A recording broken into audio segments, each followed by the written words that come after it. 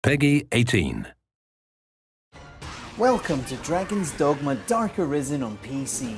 You've heard the console kids banging on about it being one of Capcom's greatest, and it is, for ages now, and finally it comes to the PC. Now don't worry about feeling left behind. I'm going to take a couple of minutes to bring you up to speed with 5 tips on how to get started in Dragon's Dogma. You start Dragon's Dogma like most RPGs. You're a simple fisher person going about your fisher person life when all of a sudden a giant red dragon attacks your village, pops open your chest and eats your heart. Much to your surprise, you wake up not dead and find out that you are in fact the Arisen, fated to quest against your winged assailant and restore order to the land. It seems that this is but one of endless mirrored worlds cursed to endure the dragon's rampage until an Arisen is able to best it. Will you be different than the others that came before you? Now, tip number 1, you haven't even left your village before you discover what's so special about being the Arisen, aside from the ability to walk about without a heart. It's that you're given command of the Pawn Legion,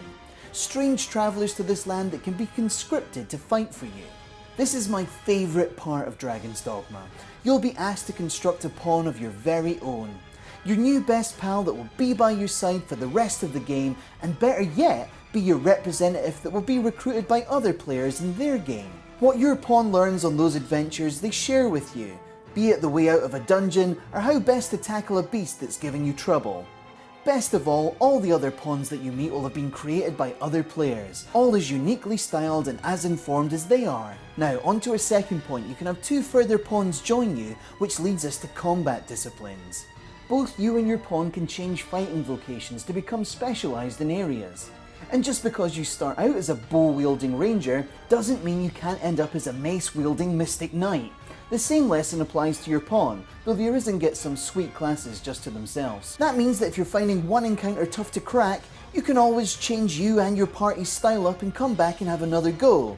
This includes hiring new pawns in place of the old ones, especially if their skills are not up to scratch. Don't worry, they won't take it personally. May our paths cross again. Number 3, Dragon's Dogma contains multiple story branches and endings, but some things about it remain RPG steadfast, so don't overlook them. Each inn you'll visit has its share of notice board quests that you can usually mop up on your way from one destination to the other.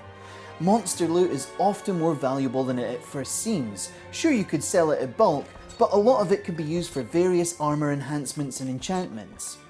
Number 4, those situations where you find yourself outgunned and out of your depth will come, by the way, usually in the form of one of the larger creatures that stalks the land of Granzes. If you're not with the pawn that's faced this foe before, then someone is going to get hurt. It'll be up to you to get stuck in and discover a weakness in that monster you're tussling with. There's a good chance that you could all be killed, but if you're going to go down, you may as well do it clinging to dear life on the back pelt of an enraged Cyclops. If you survive, it'll be a heck of a story. And you and your pawns will remember what brought that beast down the next time you face one. Number 5, by the time you reach the capital of Gran Soren, you and your pawn posse will have a fair few impressive feats under your belt. However, much like any other pseudo-medieval time stronghold, the capital has its own layer of intrigue and mystery, making it well worth your time to explore. From its poverty-ridden slums to the halls of its lords and ladies, Gran Soren has many secrets. Most important, however, are the stores which you can track down.